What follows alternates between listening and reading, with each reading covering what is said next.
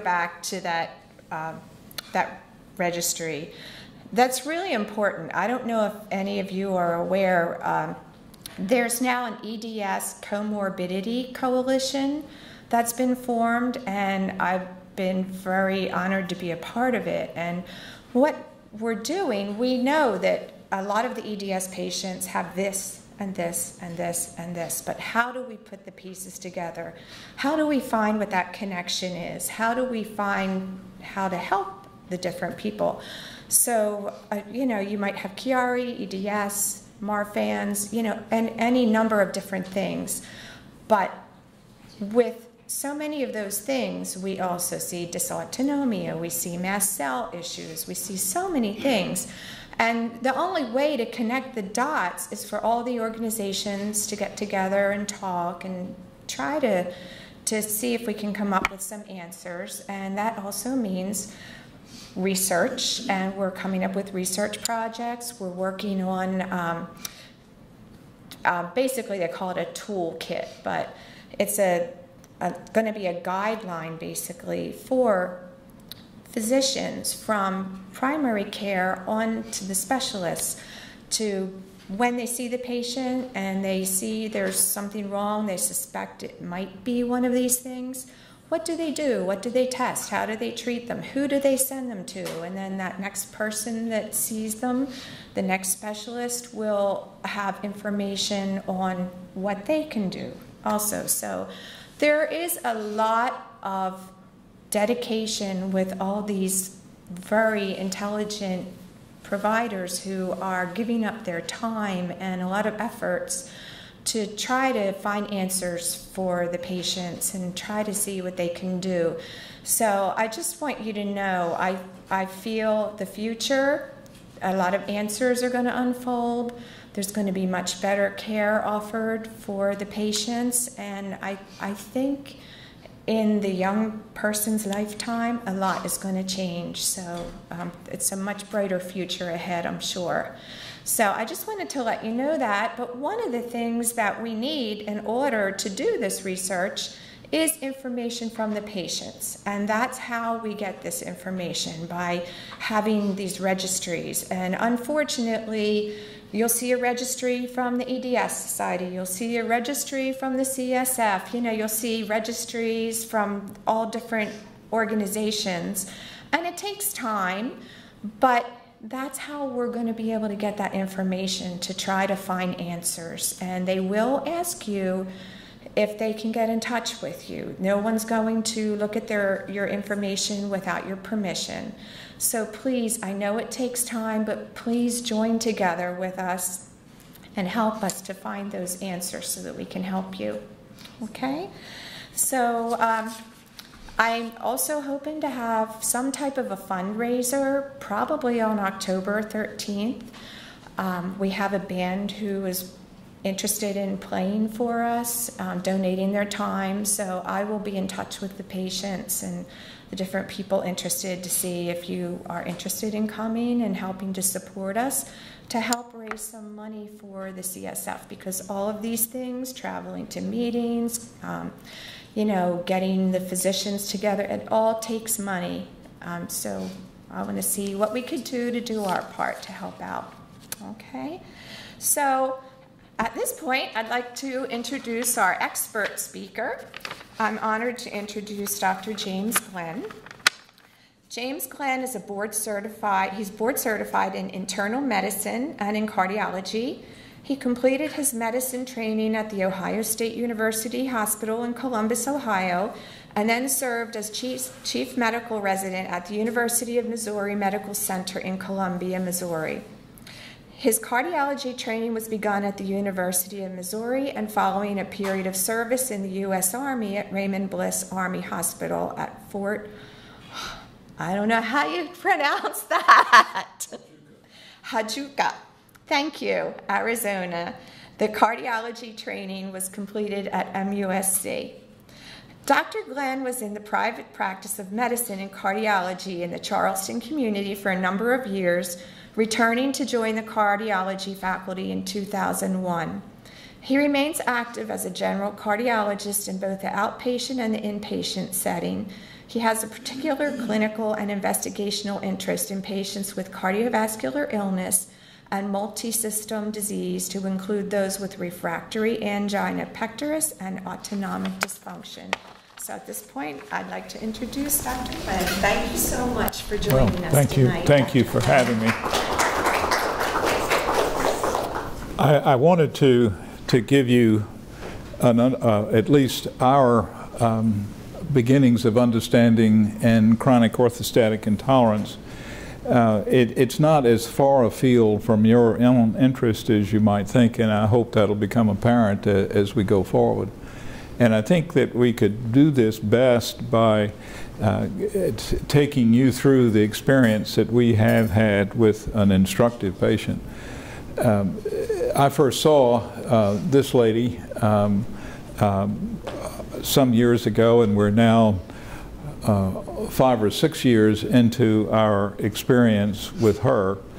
It was she and another patient who that generated this interest I have in autonomic dysfunction, and I began that effort in earnest in the last 10 years, and over the last several years the Division of Cardiology has allowed me to put everything else aside and to do nothing but autonomic dysfunction. My only formal training came through a mini fellowship at the NIH, and I have to tell you in full disclosure, that lasted 10 days. And that's what the mini fellowship was allowed with. But it started a relationship with Dr. Goldstein there. And what's of interest is that the autonomic dysfunction, if you will, or the autonomic interest of those with autonomic interest particularly, are a fairly small group. The Autonomic Society meeting, which occurs yearly, is about 300 people. And perhaps 10 or 15 of which are the real thought leaders. Most of them, the thought leaders are in fact neurologists, but over 67% by recent survey of these people are followed by cardiologists. So it's an interesting group. The neurodegenerative patients have both feet in the neurology section and the other foot in the cardiology section. So we are in-laws in that work, and we're trying to increase that particular relationship at the university. We have just finished a diagnostic laboratory is now been open for 2 weeks. This came through a generous gift from a family. The equipment that we have is able to do both diagnostic work as well as research quality work. So we're excited and pleased to have it, but it's a bit like the dog has caught the car. Now we have this data. Now what do we do with it? Well, my goal tonight is to outline for you a real patient and to convince you that these patients are quite complex. I'd like to identify, at least provide the development of understanding with the idea of identifying future pathways that might lead to a clearer understanding. I'd like to provide a progress of the understanding of POTS as we have it now, at least as an example of chronic orthostatic intolerance. This is through a patient that we first encountered in our section in May of 2007 and have followed her since. Also, is the goal is not to bore everyone. That's easy to do, and I was told by one of my old mentors that if you can look in the audience and you find them bored, show them a picture of a lighthouse, which tends to be of an interest to most people. Hopefully we won't have to resort to that. It's of interest, perhaps, the NIH has suspended all protocols with orthostatic intolerance. They are not studying it. They're not studying it because there's no neurochemical to follow. Now, they're very active in neurodegenerative diseases, Parkinson's, pure autonomic failure, multiple system atrophy, because in those folks there is a neurochemical to follow. And the NIH is largely involved with catecholamine metabolism, norepinephrine, metabolic parts of norepinephrine.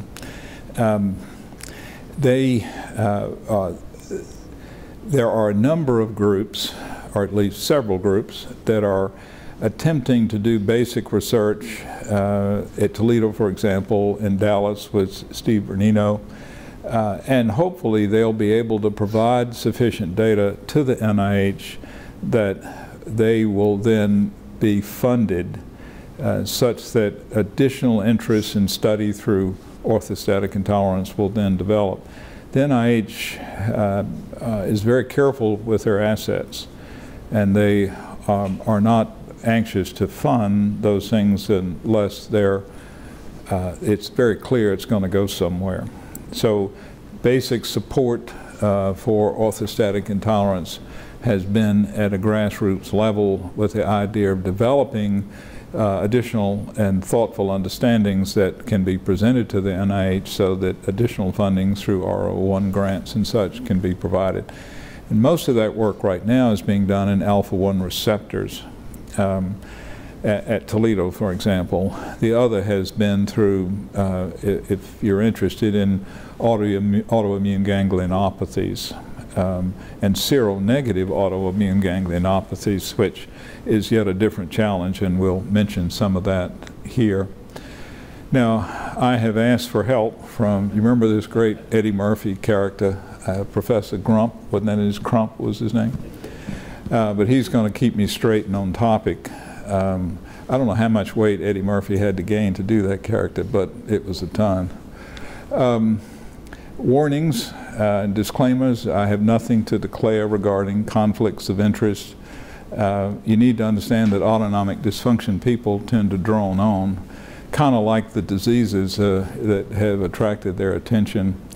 And there is an automated presentation warnings that are built into this presentation, which will also help you and they will occasionally appear for your own protection. You'll see what I'm meaning in a minute.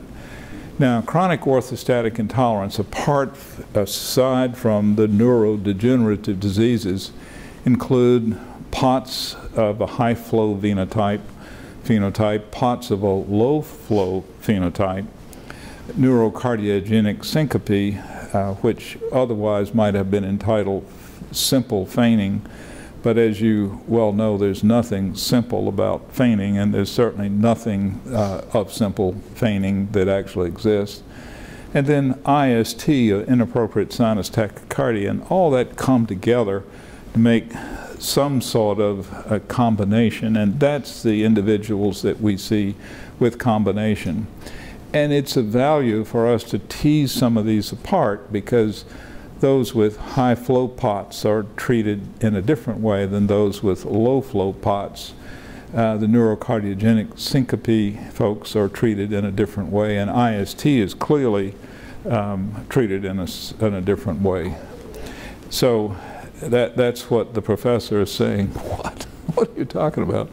Well, because they all come together, and it's very infrequent that you will see one of these folks as individuals with an individual easily identified difficulty, and that's a bit of why the patient we're presenting tonight has our great interest, because a lot of these things come together for her. She's a 48-year-old lady. Her difficulties began at age 10. She was reported by her parents as a sickly child, but had no specific illness. It's not as if she had a flu-like illness and then became ill following that with identifiable symptoms. She's a college graduate. She was involved as a stockbroker and very successful in Florida, but became so ill that she has not been able to work. She currently is felt to have a mixed connective tissue disease, which has since evolved or developed into rheumatoid arthritis. Now, whether that actually happens is tough to know, but that's the thinking, that she has an active rheumatoid arthritis in addition to the orthostatic intolerance. And very likely there's a clue in that relationship as to what makes her ill. Her systems review is quite positive, but it's also reproducible. This isn't stuff she's making up. I mean, it's, you can take her history 6 months apart and it's quite superimposable, and in that is the clue as well. But among other things, she suffers with headaches. There's galactorrhea, which is likely drug-related, and we'll get a minute to talk about that but she has ear ringing on both sides. She's breathless with standing. There's pleuritic chest pain, significant joint pain, and marked fatigue. She's hyperhidrotic. In other words, she sweats a lot. There's periodic nausea, abdominal pain. There has been constipation. There has been demonstrated gastroparesis. There's acral paresthesias, and all that means is stuff in the hands and feet, which is numbness and tingling, which has been very difficult for her, but is explained by some of the autonomic studies that we'll look at tonight. There's a curious combination of somatic hypervigilance, in other words, things from particularly a GI hypersensitivity. There's behavioral amplification, and we'll talk a little more about that. And there's catastrophic cognition. These are words that did not, for the first 10 years of my interest, roll off tongue. I had to practice catastrophic cognition because I would stumble over that word, but now I've got it down. But these are symptoms not related to orthostatic stress, meaning they don't occur as a result of standing. They occur, but it's interestingly duplicated amongst a lot of these folks, and it's part of what with which you have to help them. It also provides part of the burden for why it's very difficult for them to find caregivers. If you don't know this about medicine today, it's not driven by money, even though one might think it is, but it's driven by words that we just hate: throughput. There's so many folks that need to be seen. You cannot be losing time. You've got to be getting through. And these folks take a lot of history taking. In fact, if you have no neurochemical to follow, then history is what one has. History taking has to be done sitting down, meaning that you can't rush through this. But it is, with the busy practitioner, it's very difficult for the active practitioner to be able to take care of these folks well. The thing that Dr. Goldstein extracted from me when I was at my 10-day fellowship at the NIH is that I had to pledge to him personally that I would educate students and fellows to these difficulties, because the one of the critical things we are missing is folks who are educated, trained, and are sufficiently eager to take care of these folks. People that I see, they will have seen 4 or 5 physicians. That's the standard. And everyone sort of knows what they have, but they'll be told, well, we don't take care of autonomic patients, or we don't have anything that we can offer autonomic patients. It was interesting to me to learn that the laboratory that we just built is one of 19 in the country, period. That was staggering. I saw a patient on Friday of last week from North Carolina, and I said, you know, Mr. So-and-so, what in the world, you know, North Carolina is a 5-hour drive. What are you doing here, although we're happy to see you? He said, well, it was a 1-year wait at Vanderbilt. Duke will no longer see autonomic dysfunction patients. It was a 6-month wait in Jacksonville to see Dr. Chiari. So, you're it, dude. That was his comment. I thought, wow, that's both scary and interesting. This lady on examination has mild orthostatic systolic pressure reduction and heart rate increase after standing, predominantly heart rate increase, and sometimes that systolic pressure comes and goes, that reduction comes and goes. She has a sense of excess joint motility. Her cardiac examination is normal. She does not have acral cyanosis or blueness of her legs when standing. The orthostatic intolerance and evidence for excess sympathetic output are present, some of which is not effective or does not serve her general interest well, meaning the rapid heart rate, occasional blood pressure elevation, and other expressions of sympathetic excess, sweating, for example, which is a sympathetic cholinergic event, does not serve her interest. There is clearly lifelong suffering. She has been evaluated at 2 major medical centers, Vanderbilt and the Mayo Clinic, as well as here. No adequate therapies have been provided. She's been marginalized by caregivers. She is struggling to finance her care. Her elderly parents are still trying to provide for her. And there's clearly an uncertain future. Her autonomic testing has been atypical. The thing that has been of greater interest has been what's known as Q-SART or Q-sweat, and we'll show you a little bit about that. The responses were uniformly absent. She does not sweat. Her echocardiograms, her event monitors, adrenal function studies have been repeatedly normal at both Vanderbilt and Mayo, and also here at MUSC. The important part of this slide is that after evaluation at the 3 centers, the undifferentiated connective tissue disease, now rheumatoid arthritis, has been established. By criteria that are available to us, she does have POTS, and POTS is a word we need to change. It just sounds dismissive to me. I would much rather call it chronic orthostatic intolerance, although that's a real mouthful. She does have superimposed autonomic impairment in the fact that she does have gastroparesis, occasionally has difficulty with bladder emptying.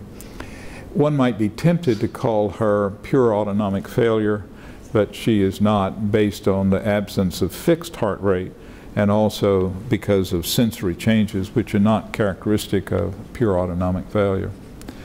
So in an effort to move forward with that without boring you, we need to give a definition for what we're talking about with POTS. What are the subsets of POTS? And during this presentation, the patient will seemingly move in and out, and you'll recognize, I hope, the difficulty in understanding which of her symptoms fit and in what category do they fit. POTS is defined as a heart rate increase of 30 beats per minute with 10 minutes after arising and without blood pressure reduction on tilt table testing. HUT is head-up tilt table. There is also symptoms of, there must also be symptoms of cerebral hypoperfusion and symptoms of excess sympathoexcitation, which do occur and have nothing to do with orthostatic position.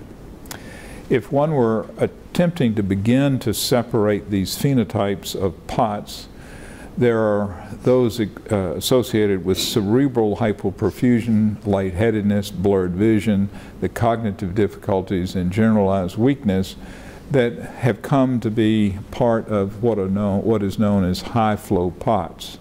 And think of high-flow POTS as being a process by which the systemic resistance is poor, thus there's no restriction to flow, so cardiac outputs would actually be higher. On the other side are those who have an excess or predominant sympathoexcitation, palpitations, chest pain, tremulousness.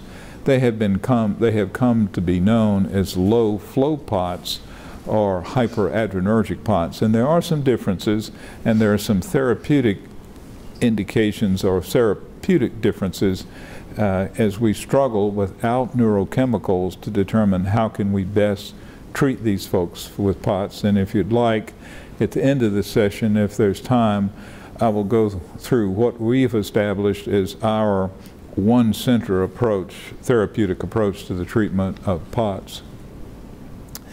Their pathophysiological heterogeneities, in other words, they can present kind of all over the board.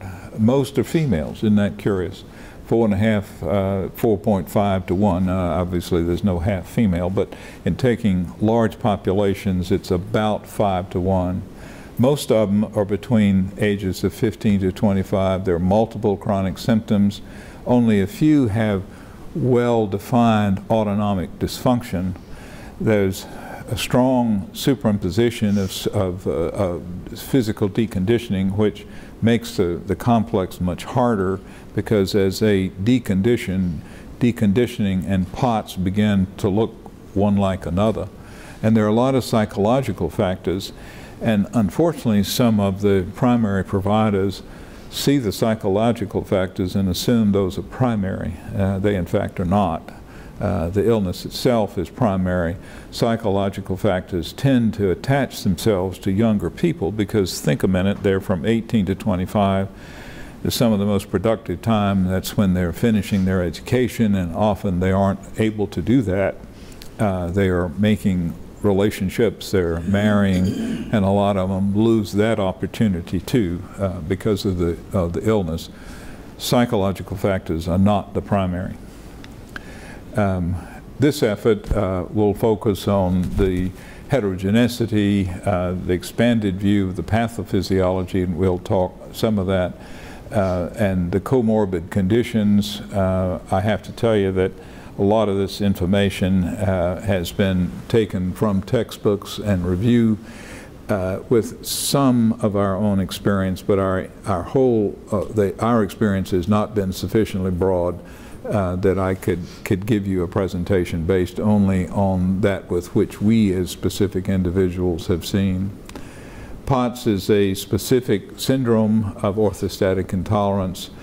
Perhaps a third are developed orthostatically triggered, neurally mediated vasovagal syncope. What that means is 1 out of 3 will have feigning. But feigning is not a primary presentation of POTS. If feigning is the predominant burden, the probability is it's one of these other forms of orthostatic intolerance. Only a few have abnormal autonomic dysfunction, and the ones that do are largely the Cusarts, which we'll try to define a little bit better. There's what kind of the multiple variants, and we're not going to spend a lot of time on this, but and we've already identified that there are high flow phenotypes and there are low flow phenotypes.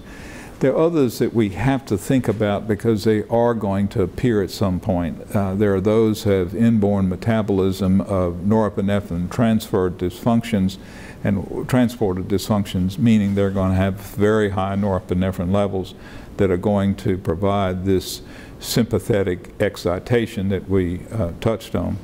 And then there's a growing interest in the autoimmune antibody to anticholinesterase receptors. At first, Dr. Benino and Dallas suggested that maybe this might be as many as 20% of these folks. Well, that's way too high. And in fact, the NIH has told us that if we identify someone who has a ganglionopathy, to please let them see them.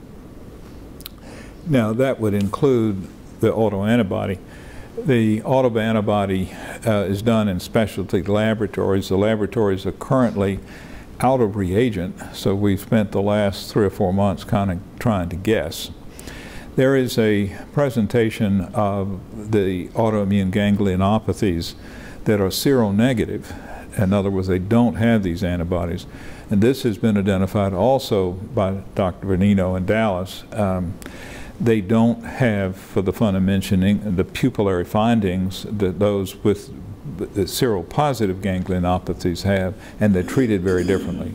IVIG, the use of immune modification agents, anything to try to bind these antibodies, actually works in those who have the antibody that's demonstrable.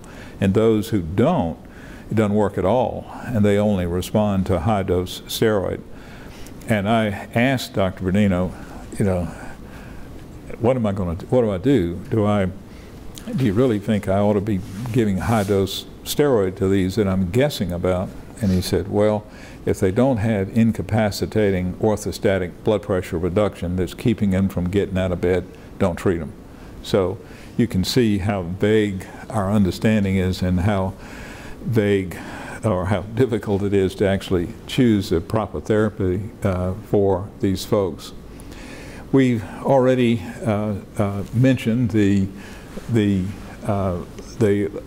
neuropathic or high-flow POTS, and these are the young people who it's as if they have sympathetic denervation in the lower extremities. In other words, they don't have arterial constriction in the way that they should. There is loss of sweating that's demonstrable through the use of the Cusart, which we'll mention in just a minute. They have an impaired release of norepinephrine in the lower extremities in response to standing, and there is impaired peripheral vasoconstriction that involves even venous structure. So in standing, they're going to have this acrocyanosis. The individual on the left, and I can't point, but on my left is a normal individual. On the right has this acrocyanosis, and these folks will point that out to you. They often come into the clinic in long pants. The signal in our clinic is that if a young woman comes with short pants, she doesn't have acrocyanosis because they find it distasteful. Sir? I'd like to ask a question. Is that vascular or inflammatory? Well, it's vascular. At least that's the thought. And a reason for that, even though it does look, if you look at the little insight, it really does look inflammatory, doesn't it? But it goes away when you sit down. And you can't, you know, I mean, like immediately. So that's a standing phenomenon. It's hard to imagine that were it inflammatory, that it would go away with sitting.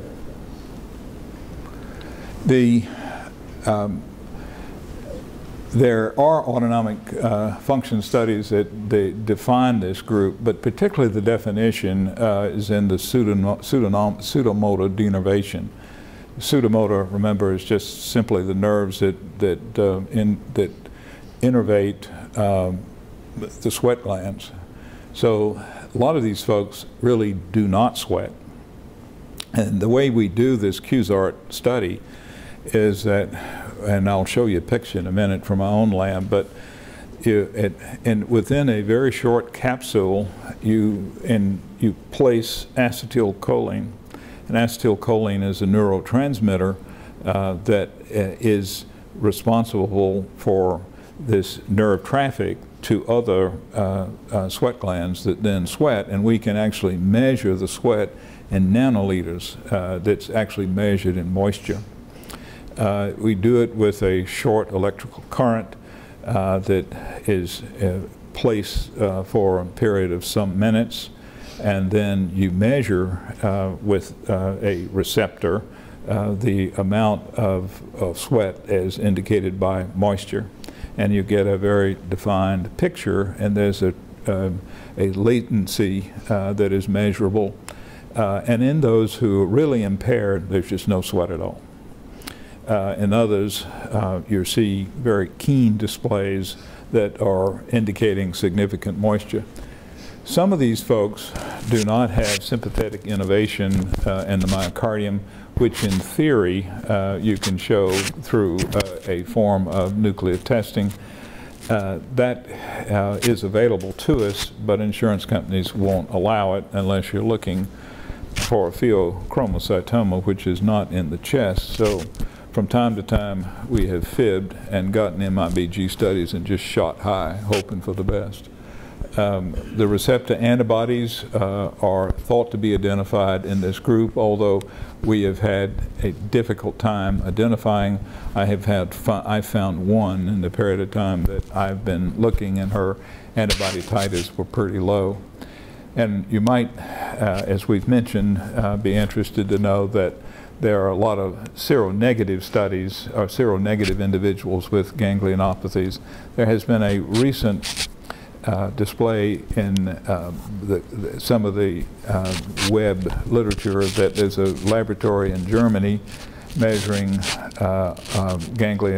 measuring these autoantibodies, and I would urge you to avoid them because all studies are positive. I mean, that can't possibly be true. These individuals with the ganglionopathies frequently follow viral illness. Their histories are fairly typical, and they can get pretty sick, but happily, at least some of them seem to respond to the immune modifications. And we have said enough about them, I think, but when first published 18 years ago, Dr. Venino thought that it may even involve as many as 10% of the patients that he studied with POTS who had receptor autoantibodies, but that number is clearly way too high. It's much, much fewer than that. The part that makes that interesting as we weave our patient back into this discussion is that our patient does have a variety of antibodies related to the connective tissue disease. And we do know that autoantibodies can cross-react with various antigens in various tissues. And could this be her connection to POTS? Is that possible? We don't know the answer, but it's a question that I think is clearly worth asking as often as we can. Now, her autonomic testing for interest, out of interest's sake, has been slightly abnormal, but particularly abnormal in the Cusack that we just described. In one of her initial head-up tilt studies, it was done at Vanderbilt, there was a blood pressure reduction. Her heart rate response was mildly excessive. When that was repeated, that was not the case.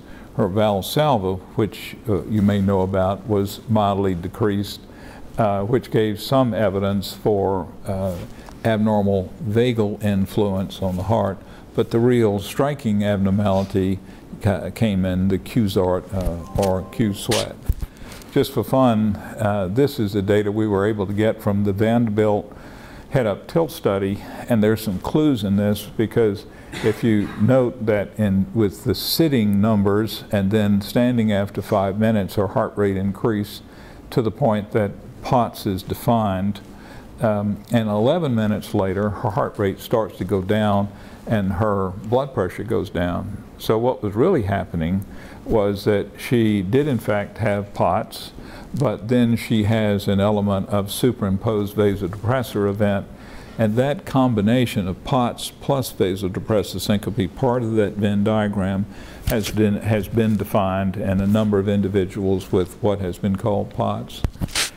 Now, tilt table studies, and they're commonly done, but it's worth knowing that it's a true leap of faith, because the sensitivity is difficult to know, as there's really no gold standard. The specificity is difficult to know, but it appears to be no greater than 90%. And one of the confusions that we have created in doing tilt table studies is that kind of in the old days, which was like a year ago, we were using provocation, meaning using drugs to try to augment the events, thinking that defining these events made it much more easily understood. Well, what we were doing is we were increasing the sensitivity, we were killing the specificity. So if the specificity of a study is low, then you've created a fair bit of false positives, and it makes it much more difficult to understand. So we don't do that anymore. Now, some labs are still doing it, but we've elected to stop provoking during tilt table studies. Now, these aren't her studies, but this is what it would look like. The blood pressure, and you see the blood pressure spread, and the top is her heart rate. So you can see the heart rate is increasing significantly within 10 minutes of standing, whereas on the right panel is a control patient, and the control shows that a normal heart rate response, and that would be an individual who does not have POTS. Now, Cusart, just for fun of mentioning again, if you were to look in Google for Cusart, that's what you come up with. Now, I don't know who this fellow is, but he's a European soccer player. I think his last name is, in fact, Cusart. So I've been trying to find him, but I don't know who he is. But he clearly just won. This is what it looks like, and it's the sweat study using acetylcholine. This is not from our lab, but I'm going to show you one from our lab. But there's several electrodes on. There is, in that capsule, I don't have a pointer, I don't think, but in that, maybe I do, but the slight electrical current is being created here, and these are the capsules that contain the acetylcholine, and this is actually going to the computer looking for the moisture response. Here's our lab. This is just done last week. We are testing here the foot, which is the most distal. We're calling this distal leg. We admit that if we're going to call that proximal leg and distal leg, they're not very far apart. But that's what the Cusart looks in our laboratory. And just out of interest, that's my shoe. But we have another up in the right arm, so we're measuring 4 different spots, and we're comparing the right arm, proximal, distal, and the foot.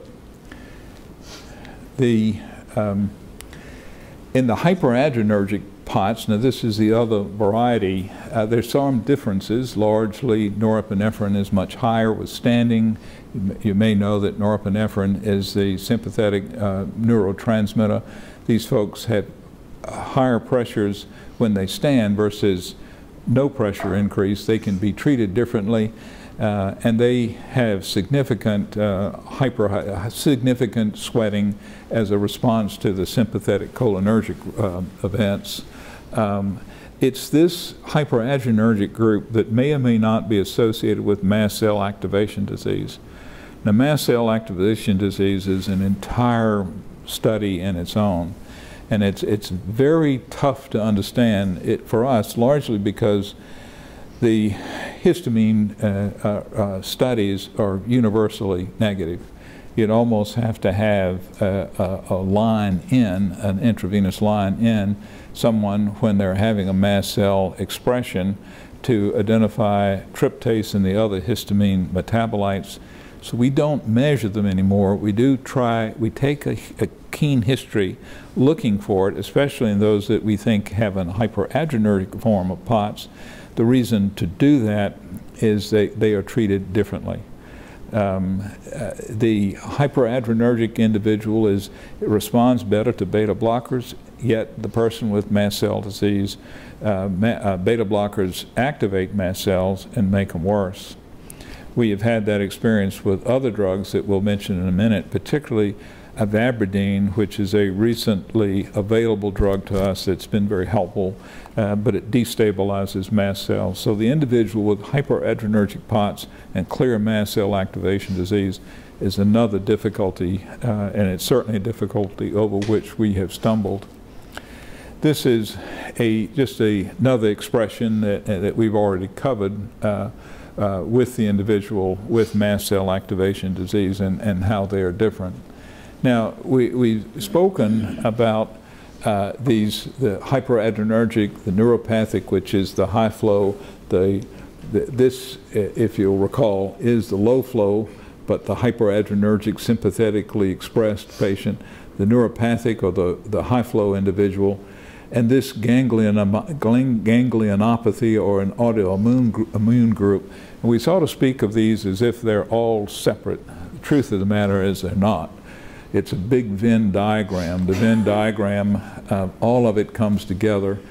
And sometimes perhaps we even see a patient who's looking a little like this and then a little like that, and then we begin to worry about ganglionopathies. And that is certainly the way our patient that we're studying tonight has been. And it's been tough for us to get a handle on exactly what phenotype she might be.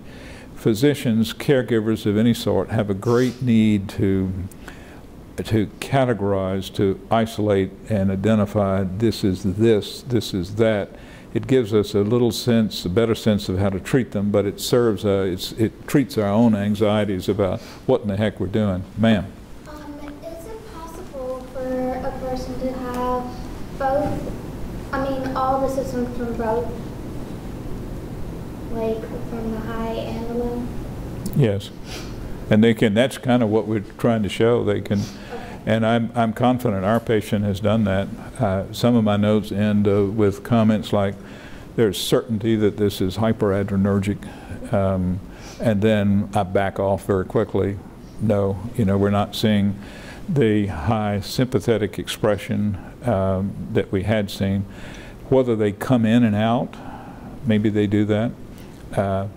Maybe even the autoimmune seronegative patient comes in and out. Maybe we've been wrong about it altogether. Maybe they aren't there. Or maybe these receptors aren't ganglionic receptors. Maybe they're down the line alpha-1 receptors. That's what the group in Toledo are convinced. That's what Blair Grubb is convinced about. And he actually has measurements of alpha-1 receptors that nobody else has. I've worked quite a bit in the last 10 years on oxidative stress and the impact that it has on these. And it almost looks as if ROS, reactive oxygen species, are at a fundamental level at this. We see those 4 species, superoxide, singlet oxygen, hydrogen peroxide, driving some of these sympathetic adreno or endocrine hormones that precipitate into these diseases. But move back to C-reactive protein or back to ROS, and you may, if you address that, you may see a direct effect on this. I understand it less than you do. But part of that which confounds us is that these aren't hormones; they're neurotransmitters. They may be byproducts of the metabolism of those neurotransmitters. We see that, for example, in hormones, testosterone, estrogen, progesterone. When your body metabolizes those hormones, the byproduct is ROS. That ROS causes a huge inflammatory response, and it permeates. It's sort of, the best example is to look at a willow tree, and you got the branches, and we as doctors, you stand on the ground and you treat the tips of the branches. The problem is the trunk of the tree. And if you deal with the trunk of that tree, you see all of the effects in all of those diseases. I would almost like to see this get pushed to the NIH level, where you're looking at the cause of these, not the symptom. And I think what you're going to find is those 4 reactive species, if there was some way of measuring those, would have a huge impact. We do a lot with antioxidants, basically, is what they are, to knock those ROS down, and we see a huge impact in type 2 diabetes and cancer. It's sort of the immunotherapy to cancer, and that's what I'm working on now. Huge impact. When we start trying to treat cancer, what we find is that diabetes, arthritis, lupus all go away. So there's something fundamental that we're missing here. It's actually quite interesting because my neurologist thinks that we finally have my neurological system stabilized and my endocrine system is going haywire. It's the inflammatory response. A lot of work needs to be done, but The direction you're going is what it correct. is. Deal with the very center where those subsets meet. There's a common element. You're far more advanced than I, certainly in that, but I don't think there's any question that our effort to subdivide these is not as flawed as we initially thought. But you're right, we certainly are missing. We're missing a central feature. Very interesting. If the Venn diagram for the types are not enough, the symptoms of POTS that come in and out, the headache responses, I think 100% of these folks suffer with headaches. There's weakness, dizziness, lightheadedness, fatigue. It's really tough to get from them what the major burden is. But the interesting part is that as we repeat the history taking, we find a consistency in the individual patients, which suggests to us that the central theme is valid, or the central difficulty for that particular person is valid. Part of the problem of getting records that are of value, and at least from a research standpoint, is the time it takes to take a valid history, and that just cannot be shortchanged. Well, this is the first of the presentation warning. It's getting pretty dry, this is a very valuable service to have if you give presentations that it warns you when you're in trouble. So I acknowledge I'm in trouble, so I got to do something. What about the co-morbidities in POTS, and the misery that these folks suffer has little to do with orthostatic intolerance. It really doesn't have to do with heart rate response. We can block heart rate response, but it does very little to deal with the misery.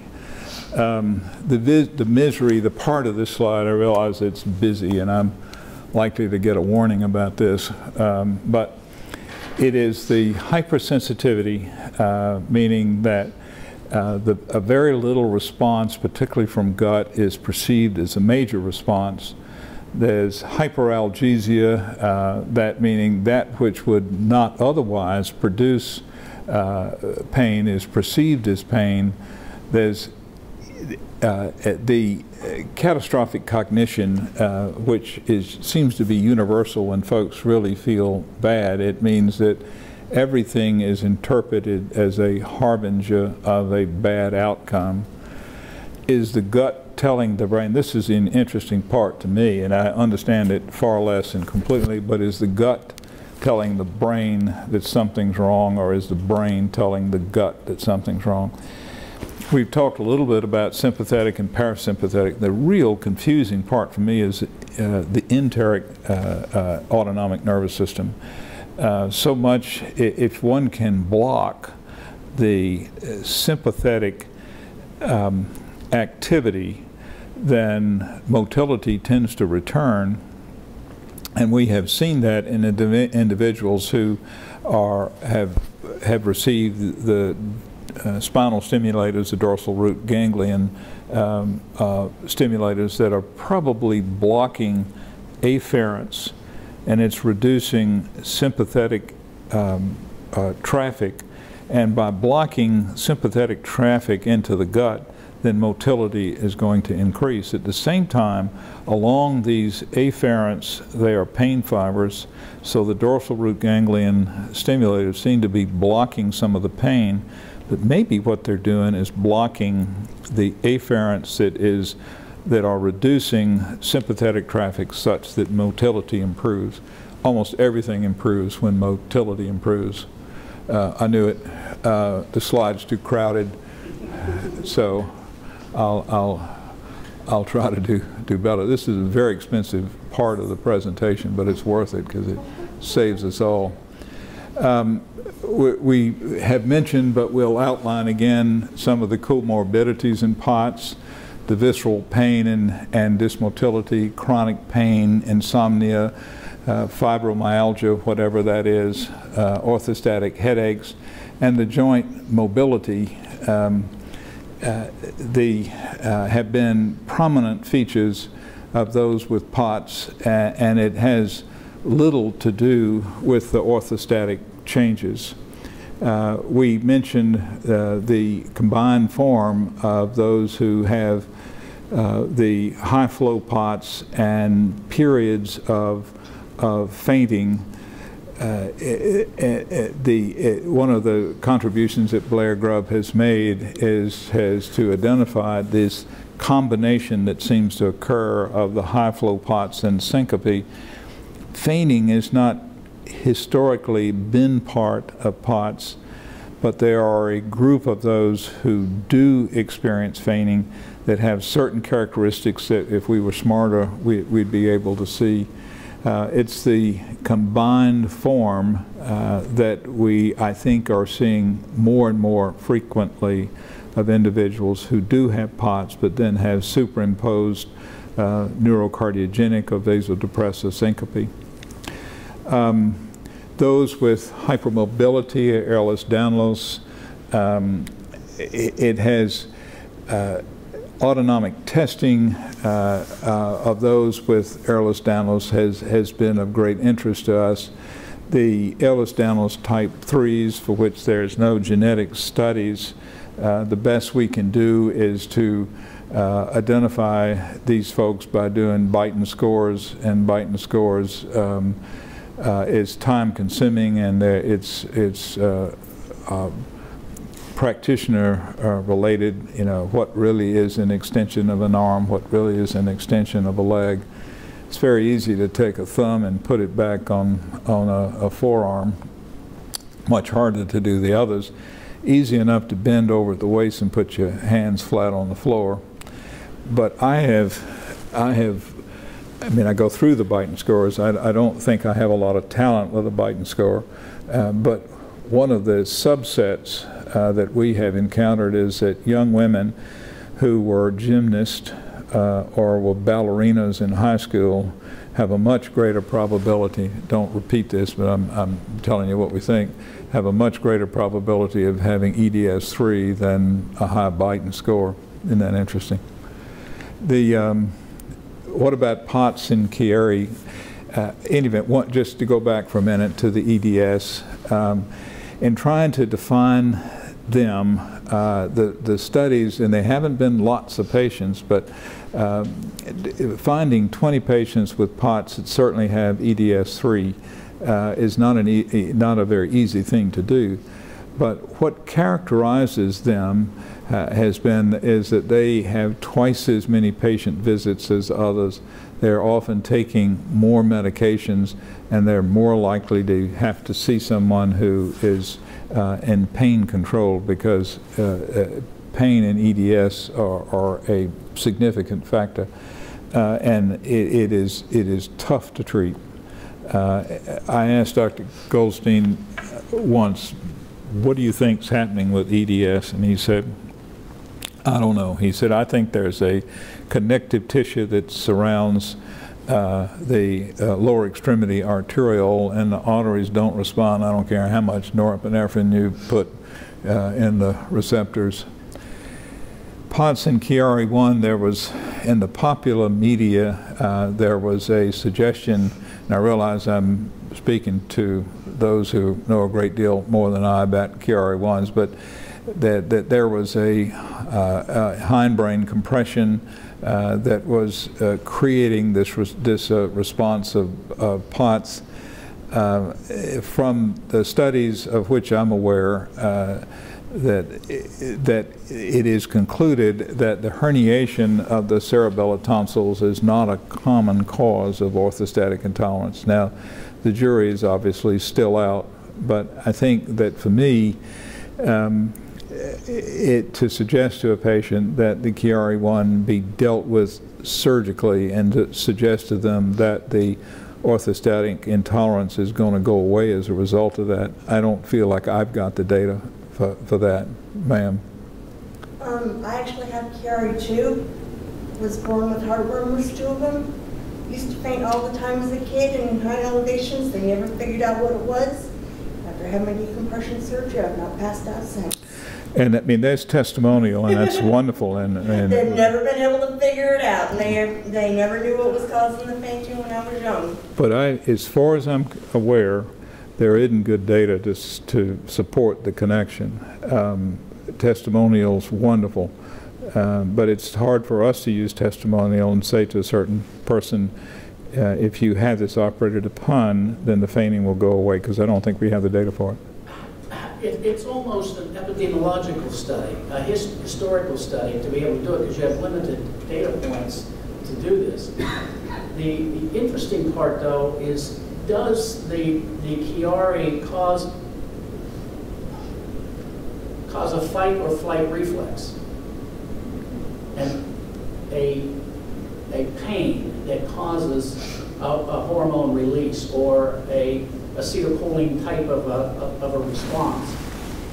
And that in turn causes some of the symptoms of POTS. So how do you link that being Chiari being a primary cause of POTS? There's got to be something in between that's causing that, because her testimony just proved that.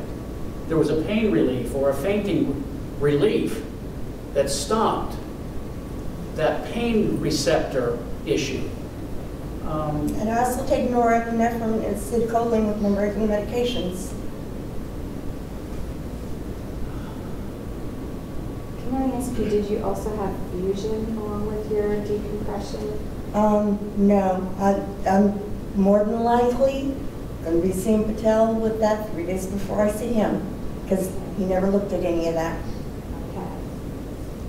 We have a young friend at home that has, she had decompression surgery for Chiari and has now been diagnosed with POTS, which is why we're here, because we can't get anybody to listen to us about POTS. But she had the decompression surgery and done very well with that until just recently, and had kind of all these odd symptoms, kind of, like you said, kind of put all the pieces together and was then diagnosed with POTS. Does she have inflammatory diseases like lupus or arthritis or diabetes? Not that's been diagnosed yet. How old is she? She's only 13. Yeah. But she's got co-morbidities they haven't found yet. Yeah. You may notice, though, as she goes through puberty, it gets progressively worse, because estrogen progesterone ratios will have a tendency to create some, if she can't deal with it, with oxidative stress issues. So there can be an influence. Yeah, that was kind of it all kind of happened at the same time frame with puberty. So. And I know that POTS is connected to a lot of other things like Ehlers-Danlos. What are they called? Yeah. Like your joints are double jointed, like that. Don't do that. But yeah. And other things like cancer or. Those are all inflammatory related, and even double jointedness. We look at tendon movement. What causes the tendon to stretch that far? It's a pretty interesting direction as to where this is going, and you're very close. Yeah, you can add ice skaters to that example earlier, because we've got 3 now diagnosed with seizures, possible Chiari, and POTS. And we can't get tilt table test done for some reason. Dr. Glenn, what's the relationship?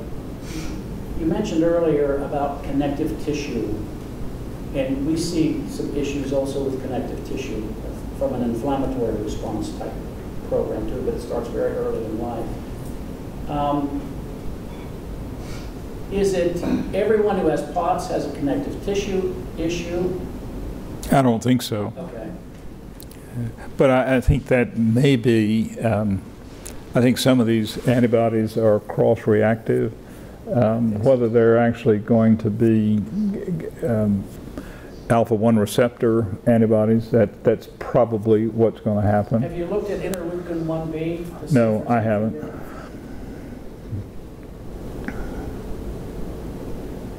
Grubb may have, but I have not. It's such a, it's a tough field. Yeah, it is. It's you have to spend a life in it. Yeah, I guess. I wanted to go into real depth on the pathophysiology of POTS, but it's really shown on the next slide. We got no idea. And it's a great presentation at the Autonomic Society meeting, and it happens every year. I'm trying to think of the fellow's name who's a pediatrician at University of Pennsylvania, and he has a presentation that he gives that is in the language of his patients. And he presents it to his patients, and he asks them to put it in their language. And he has a slide. This is not stolen from him. That's my own. But he has a slide. Is he Chinese? Sorry? Is the gentleman from Pennsylvania Chinese? No. No. But he has a slide similar to this, and in his patient's conversation, it says, "We got no stinking idea," and I should have put "no stink," but I would have been stealing if I did that. But we have no idea. What we do, unfortunately, nationally, and this is part of what really irks Dr. Goldstein particularly, but the way so many of these folks are managed is if you don't understand them, you blame the patient. And that is one of the bigger burdens that they face, is that they are so often, at least the ones we see, have not been taken seriously. I think that's what they found out in Greenville. If she goes to one doctor, she went to the neuroscience people last week during time of her monthly, and she cried. She cried until they put her on another lip tool or something, because they said she needed a mood stabilizer because she cried during the time of her monthly, and her GYN doctor said that in that case, all his patients pretty much needed it. Ma'am. I just received a newsletter from one of the Syringomyelia organization that I'm with, and I noticed, looking at all the things that they had listed for autonomic neuropathy, are almost, like you said, they're almost coexistent. No question. What I wanted to do is also to spend some time in what the challenges are, but I think we've pretty much touched on it, and I don't want to go so far over.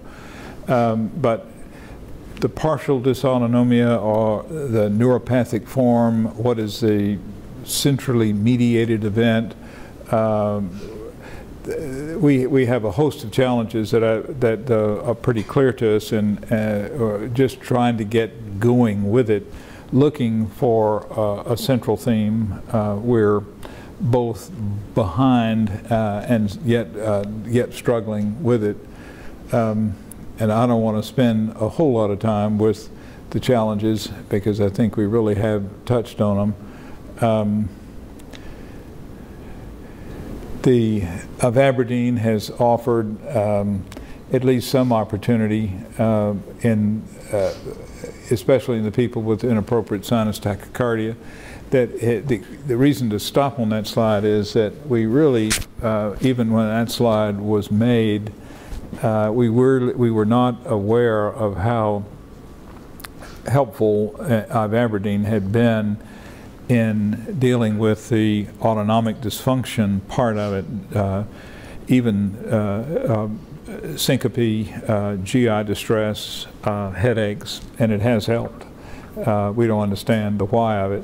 The problem we have with Aberdeen is having to fight with the insurance companies. We have a package we send them relative to the data with inappropriate sinus tachycardia, and they tend to be helpful, but it's actually approved only for elements of heart failure in this country, even though it's been used around the world forever.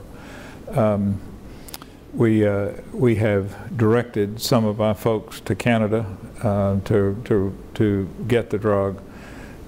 Part of that burden is that there is a generic form of Aberdeen that's being dispensed at some of the Canadian pharmacies. So we have done our best to get the code numbers from these tablets, and there's bioavailability data based on that code numbers. So it's still a way to do it in a way that some people can afford, but we have to be very careful about what we are providing them. I wanted to spend just a minute or two on the one center approach, which is ours, or is our approach to it. It involves, first of all, the non-pharmacological effort of about 100 ounces of fluid a day. Some of it is water, but the bulk of it should be electrolyte materials, because these maintain within maybe 6 or 8% of body space versus 60% of body space that only free water does. Our pharmacological effort starts with Florinef for 2 reasons. One, it augments the volume the patient is taking, and also it sensitizes alpha-1 receptors. Ma'am. Can you back up that one slide just for just a Sure. That one? Yes. Okay. Okay. I'm happy to send this whole thing to you if you want. Email you. Good. I'm happy to do that. Do you have Ma'am. a suggestion other than Gatorade that, like, I think sometimes she's going to throw it back at me? Yeah, right. Yeah, there are. I'll give you what I do. I take the powder and just, I learned it when I lived in Japan. I had a military doctor that taught it to me when I was pregnant, because the humidity, you just, and then you make it to however you like it. We spent years controlling sodium because she has a heart problem, and then now all of a I'm the sudden same way. we're getting told so she needs to up her sodium. So her younger brother is about to. We're going to have him some counseling because he's really concerned about sodium levels in our house. But the Gatorades are getting to the point that she hates me. But if she doesn't keep it in her, she's. Tell her if you don't drink it down, you're going to go down without it. Are you looking at a ratio of sodium and potassium, or is it potassium that you're primarily concerned with? It's actually the sodium we're more concerned with. Excess or too much? Oh, no, we're just trying to get it in them, trying to increase intravascular space. The only potassium worries that we've had has been with Florinef, and that, we really don't have good studies on long-term use of Florinef. It's not, it is a perhydrophenanthrine drug. It is a steroid base. We've been concerned about bone densities. We have followed bone densities after long-term use of Florinef. We measure serum cortisols from time to time. There have been some adrenal pituitary axis that has been altered with Florinef. But it's the truth is it's got more data for it than with Midodrine, especially if the dose gets up. But what we've done is we've covered all of the patients that we placed on Florinef with potassium from the start. The other kind of fluid, the Noon NUNN tablets, which is available on the web. They're not cheap, but there's a discount available that's right there that will show you how to get it less costly. And it's popular among cyclists. They've been using Noon tablets for a long time. Banana Bag is another. That's a Banana Bag. It is a bag, and it is given you like one a day, and there's a ton of stuff in it. But that's been very helpful. Okay. The use of IV fluid,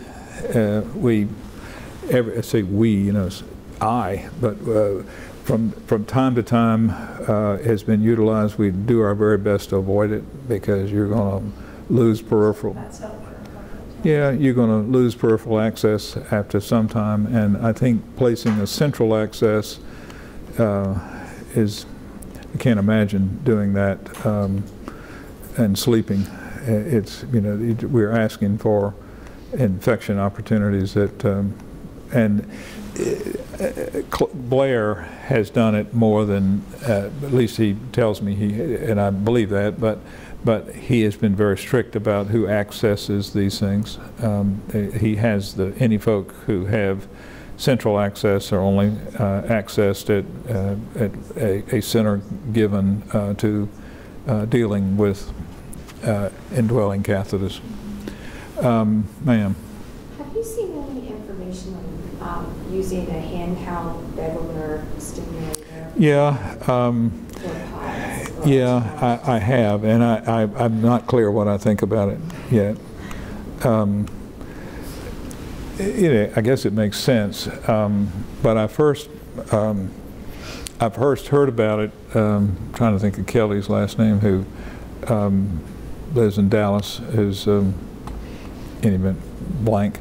But yes, I've heard of it. I don't know what the data is. I don't think there is any data, but I'm not aware that anybody's actually studied it in such a way that would be helpful. So I don't know the answer yet. That study is to come.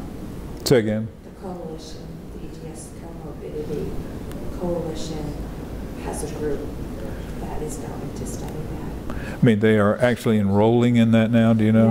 No, we haven't even finished writing the protocol yet, but it's in the works. Okay, good. To study that. Sarah.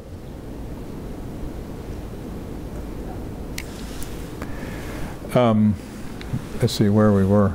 Midodrine after the use of Florinef. It works. You have to be careful because in some of these individuals, especially the neurodegenerative folks, those alpha-1 receptors can be very sensitive. There's probably more data on pyridostigmine than anything. Pyridostigmine, you may remember, is an anacholinesterase inhibitor. So actually what one is doing is increasing the acetylcholine neurotransmitter, the preganglionic areas and postganglionic and parasympathetic, and it really does provide a balance. Heart rates do go down, even though sympathetic nerve traffic increases, and pressures are better maintained in those who are having lightheadedness. Because it's acetylcholine in effect. I mean, it's a cholinesterase inhibitor, so you're lessening the metabolism of acetylcholine.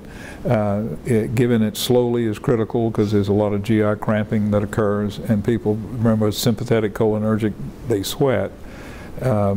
If you warn them about that and start it slowly with a target dose of 60 milligrams 3 times a day, it works. And it's cheap, and insurance companies don't bother it. Dr. Robinson at Vanderbilt did the work with low-dose propranolol. We have utilized, even though that information is a little bit old, but if beta blockers are used, short-acting drugs are what we use. It's a nuisance because you have to give them frequently during the day. Isn't it curious that low-dose propranolol seems to be helpful? Higher-dose propranolol is not, so less is more. There are no good studies. Now, there are some studies with droxidopa in POTS. Droxidopa, and I think all of those who use droxidopa, particularly our neurologists, will confirm for us that it is a solution. It clearly ain't the solution, but it does work low dose. Is that a medicine that works with the brain? I know my electrophysiologist is getting ready to start me on one. I couldn't remember the name of it, but I think it starts with a D. Of course, wouldn't know, but yeah, it may be. And it's only been out for a short time. That's correct, and it does cross blood-brain barrier, which does help because what it does is it works in 3 ways.